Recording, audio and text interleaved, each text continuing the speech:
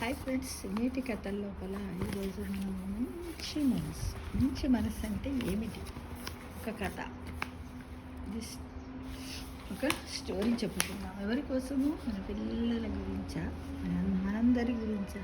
ఓకేనా ఫ్రెండ్స్? ఏంటో తెలుసుకుందామా మరి? ఓకే.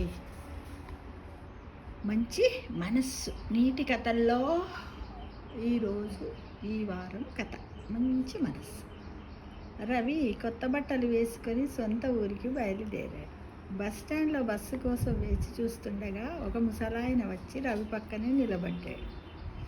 ఆయన మాసిపోయిన బట్టలు, చింపిరి జుట్టు, అవతారం చూసి అసహించుకుంటూ దూరం జరుగు అంటారు కదా కొద్దిమంది. ఈ మధ్యకాలంలో పిల్లలు అలానే అంటున్నారు. జరుగు అంటున్నాడు. తగిలితే నా బట్టలు పాడవుతాయి అన్నాడు రవి కోపంగా. ముసలాయన మౌనంగా దూరం జరిగి నిలబడ్డాడు. కాసేపటికి బస్సు వచ్చింది. అందరు గబగబా బస్సు ఎక్కారు.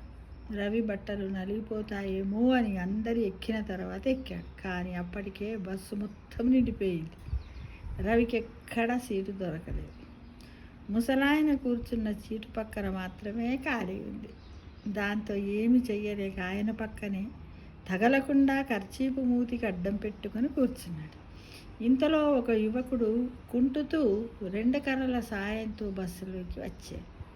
అతనికి ఒక కారు లేదు. బస్సులో సీటు కోసం చుట్టూ చూశాడు. ఎక్కడా ఖాళీ లేకపోవడంతో అందరి వంక దిగులుగా చూస్తూ మా నాన్నకు ఆరోగ్యం బాగలేదు, చావు బతుకుల మధ్య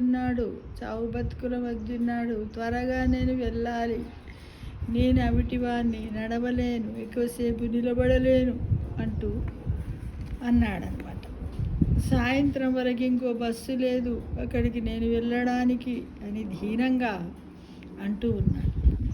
దయచేసి ఎవరైనా సీట్ ఇవ్వండి,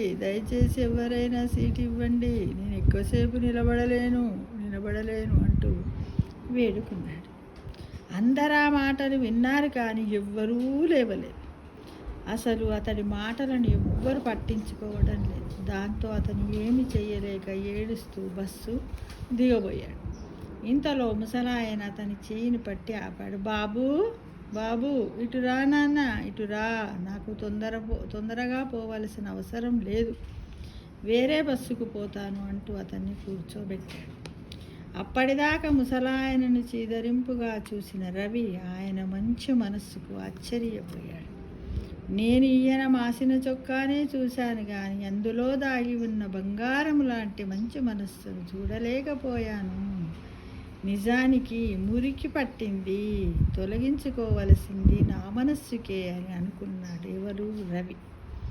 వెంటనే పైకి లేచి, తాత నువ్వు కూర్చో, నాకు నిలబడే శక్తి, వయసు 2 ఉన్నాయి అంటూ ముసలాయనను కూర్చోబెట్టాడు. అప్పుడు రవి మనస్సు తేలికపడింది. చూడండి, ఇలాంటివి మనం చాలా చూస్తూ ఉంటాము. బస్సులలో, ఆర్టీసీ బస్సుల్లో ఎక్కినప్పుడు వాళ్ళన్న ప్రెగ్నెంట్ లేడీస్ వస్తారు, పెద్ద మనుషులు, చేతగాని వాళ్ళు వస్తూ ఉంటారు. అప్పుడు వాళ్ళందరినీ మనం ఎలా ఒక్కొక్కసారి ఇవ్వాల్సి వస్తే మనం ఇవ్వాలి మిత్రమా. ఎందుకంటే మనకు కూడా అలాంటి పరిస్థితులు ఎప్పుడైనా వస్తాయనేది మనము నిలబడే శక్తి ఉన్నప్పుడు, వయస్సులో చిన్నవాళ్ళమైనప్పుడు పెద్దవాళ్ళు ఎవరన్నా వస్తే మనకు లేచి ఇవ్వడం కూడా గౌరవంగా ఉంటుంది, మర్యాదగా ఉంటుంది. మన మనస్సు కూడా ఆనందపడుతుంది. మన మనస్సు అంతరాత్మ. అంటే ఈ మధ్య కాలంలో అసలు చిన్న పిల్లలు బస్సులో ఎక్కడం అనేది తెలియదు. ఎందుకంటే ఈ గేటు ముందరనే కారు ఎక్కుతురు, మళ్ళీ గేటు ముందరనే కార్ల నుంచి దిగుతున్నారు. కాబట్టి అప్పుడప్పుడు పిల్లలను కూడా ఆర్టీసీ బస్సుల్లో తీసుకుపోవాలి. ముసలోళ్ళ దగ్గర, మురికి ఉన్న వాళ్ళ దగ్గర కూడా అరే అక్కడ పోయి కూర్చోపో అనాలి. మురికి గురించి, ముసలి వాళ్ళ గురించి, పేద బీద ధనిక వర్గాల గురించి మనము అన్నీ చెప్పాలి. నాన్న, ఇదేదో అవకాశం వచ్చింది, మనం సంపాదించుకొని, మన దగ్గర డబ్బు ఉంది. వాళ్ళకి అవకాశం రాలేదు, వాళ్ళకు దగ్గర డబ్బు లేదు. కొద్ది రోజుల తర్వాత వాళ్ళు కూడా మనలాగే అవుతారు. మనం ఒక్కోసారి అదృష్టం బాగా లేకపోతే వాళ్ళలాగా అవుతాం.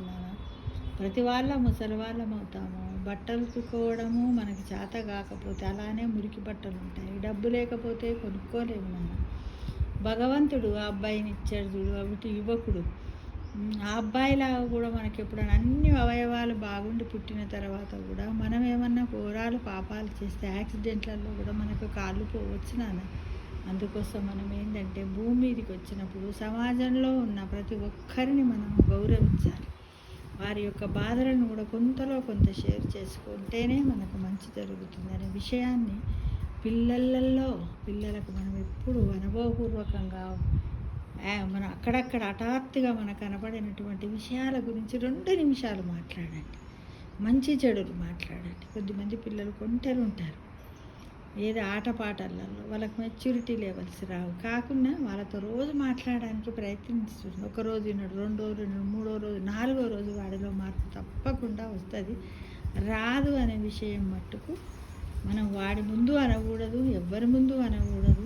రోజు పిల్లల గురించి 5-10 నిమిషాలు వచ్చేసి ఇలా సేకరించి కొన్ని కథలను కొన్నింటిని సృష్టించి కూడా చెప్పడానికి ప్రతి పేరెంట్ ముందు ఉండాలని నేను ఈ వీడియో ద్వారా మెసేజ్ ఇస్తూ మిమ్మల్ని ఆశిస్తున్నాను మిత్రులు. Thank you for watching.